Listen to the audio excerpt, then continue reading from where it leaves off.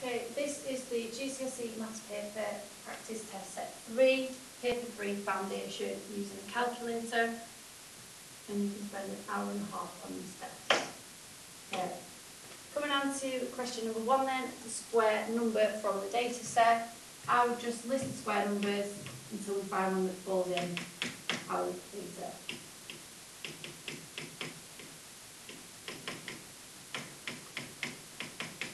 And so on, and then we can see that 9 is a square number and that is out in our data set. A prime number then is a number that has only 2 factors, and that is 1 and itself. So the prime number in this would be 19. The cube number, I would do the same as I did with the square numbers until we find one that falls in that data set.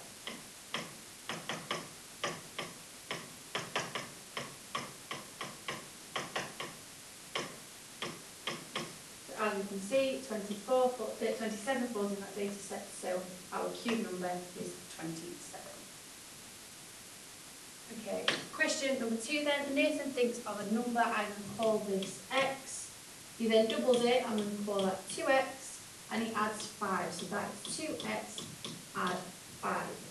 His answer is 17, so I'm going to make this expression equal to 17 and solve for x.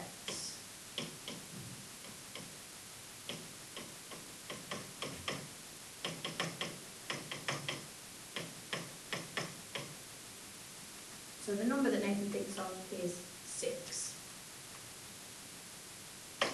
Question number 3 then. So a spinner is shown here. What is the probability the spinner will land on the letter Y? So I would look at the spinner, we see Y once. So Y is 1 out of the 8. So therefore it is unlikely you will land on a Y. Probability that the spinner will land on an R, count how many you've got. So 1, 2, 3, 4. So probability of getting an R is 4 out of the 8, which is a half. Therefore, it is an even chance you will land on the letter R. Again, looking at the spinner, finding the letter T. There is no T on the spinner, so it is impossible for us to land on the letter T. On the second half of the question, using the information above, that the spinner will land on A is twice the probability the spinner will land on B, and the probability the spinner will land on C is the same as it will land on D. So I'm going to set this up as a ratio. So A to B, so that is twice as likely, so 2 to 1. C and D are equal.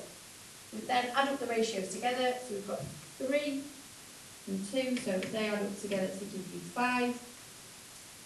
If there's 8 on the spinner here, that value doesn't cover all the ones we moved up. So I would double these values, keeping it in mind that probability of landing on A is twice the probability of landing on B. So 4 to 2, adding those values together. 4 add 2 is 6. Add 2 left for C and D, that gives us 8. Therefore, filling in the spinner, we have 4 A's, 2 B's, and a C and a D.